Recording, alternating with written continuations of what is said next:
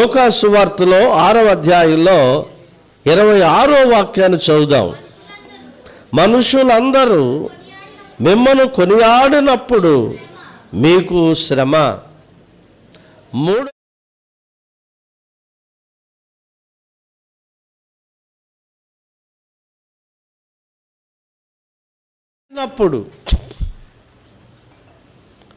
మనుషులు నిన్ను కొనియాడినప్పుడు, మనుషులు నిన్ను పొగిడినప్పుడు, అర్థమైందా? మనుషులు మనల్ని పొగిడినప్పుడు మనకేంటంట? శ్రమ. మీరు ఎవరైనా బాగా పాట పాడారనుకోండి, మీరు పొగిడించుకోవడం మీకు అలవాటు. మహారాజా, రాజరాజ, రాజమార్తాండ, శ్రీ శ్రీ శ్రీ శ్రీ శ్రీ శ్రీ శ్రీ శ్రీ. పెంటమ్మ గారు పాట ఇరగదీసేశారు హో అనాల. ఆ అమ్మాయి అప్పుడు దాకా సన్నగా ఉన్న అమ్మాయి అంతే అనమాట, పెద్ద లావు అయిపోద్ది, గాలి కొట్టినంత అయిపోద్ది. అలాంటి వాళ్ళకి శ్రమ అని చెప్తున్నాడు. నేను ప్రజలు కొనియాడకూడదు, నేను పొగడకూడదు. నువ్వు ఏదైనా కానుకిస్తే నీకు నీ దేవునికి తప్ప మనుషులు ఎవరికి తెలియకూడదు. అది కొంతమంది కానుకొచ్చి 100 సార్లు పొగడాల. ఫలానా గంగమ్మ గారు దేవుణ్ణి ప్రేమించి, సంఘాన్ని ప్రేమించి, దైవజనుడిని ప్రేమించి ₹100 ఇచ్చింది అహో అని పొగడాల. ఓసారి ఒక అమ్మాయి అట ఫ్యాన్ ఇచ్చిందంట, ఫ్యాన్ మధ్యలో పెట్టిందంట. ఫ్యాను 3 రెక్కల మీద వాళ్ళ కుటుంబంలో ఎంతమంది ఉన్నారో అంతమంది పేర్లు రాయించిందంట. దేని మీద? ఆ ఫ్యాన్ రెక్కల మీద.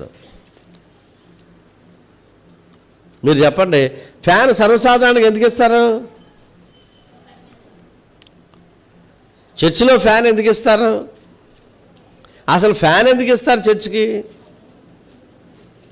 తిరగటానికి ఇస్తారా, అలా అట్టి పెట్టుకోవడానికి ఇస్తారా? ఇప్పుడు ఆ 3 రెక్కల మీద ఆమె పేర్లు రాయించిందట. ఆ ఫ్యాన్ తిరగకూడదు. ఫ్యాన్ తిరిగిందా పేర్లు కనపడవు. ఎవరన్నా పొరపాటున ఫ్యాన్ వేసారా వాళ్ళకి జ్ఞాపకార్థం పెట్టేద్ది అయ్యమ్మి. అదే రాశాడు, ప్రజలు మిమ్మల్ని కొనియాడినప్పుడు మీకు శ్రమ. మనల్ని పొగడాల. అయ్యగారి చేతు వంట ఉంటుంది చూసారా, అమృతం. అయ్యగారు చెయ్య అలా పొగడపోతాడు, వంట చేయడు. అలా పొగడపోతాడు, చర్చికి రాడు. నిన్ను పొగడడం మంచిదే, కానీ ఆ పొగడితే నీకు శ్రమ తీసుకొస్తుంది. ఓ మాట చెప్పండి, గొలియాతును చంపింది ఎవరు? సౌలా. అసలు ఎవరు చంపాలా? సౌలు చంపాలా. కానీ ఎవరు చంపారు? దావీదు చంపేశాడు. ఇప్పుడు ఈ స్త్రీలు ఓ పాట పాడారు. ఏమని పాడారు? సౌలుకి 1000 కొలదయు, దావీదుకి 10,000 కొలదని స్తుతులు పాడారు. ఇప్పుడు ఆ పాట దావీదును బలపరిచిందా, దావీదుకి శ్రమలు తెచ్చిందా? సౌలుకి 1000 కొలదయు, దావీదుకి 10,000 కొలదని ఎప్పుడైతే పాడారో ఆ మాటలు లేదా పాట దావీదుకి చాలా బాధ తెచ్చిపెట్టింది. దావీదుకి తలపోటు అయింది. దావీదు దరిదాపు 10-20 సంవత్సరాలు తరవబడ్డాడు. నిన్నెవరూ పొగడకూడదు. నీ ఇంట్లో కానీ, నీ భర్త కానీ, పాస్టర్ గారు కానీ నువ్వు పొగిడించుకోకూడదు.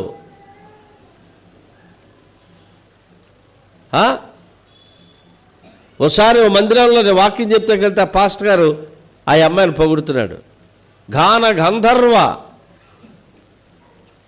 ఏ పొగుడే నాకు రావట్లేదు అనుకోండి. గాన కోకిల, గాన గంధర్వ, గాన కోకిల, ఆస్థాన గాయని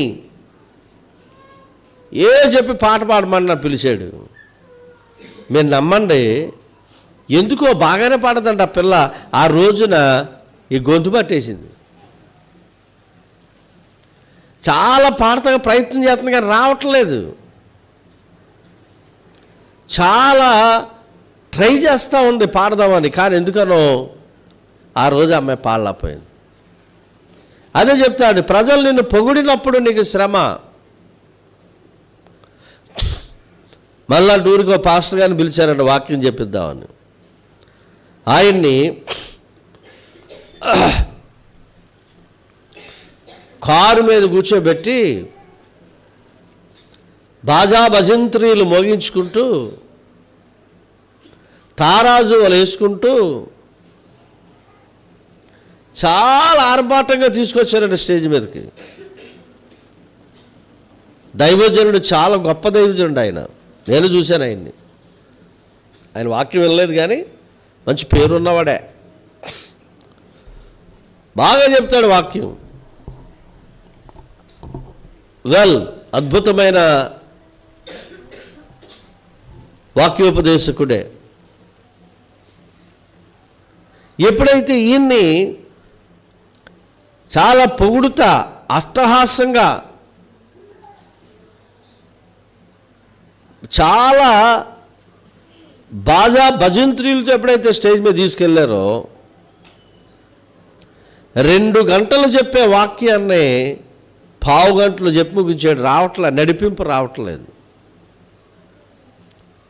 ఆయన సింహంలాగా స్టేజ్ మీదకి వెళ్ళాడు, పిల్లులాగా దిగి ప్రజల్లోంచి నడిచి వెళ్ళిపోవాల్సి వచ్చింది. వాట్ ఈస్ ద రీజన్ అని మనం ఆలోచన చేస్తే, ప్రజలు నిన్ను పొగుడుతున్నారు, అది నీకు శ్రమ.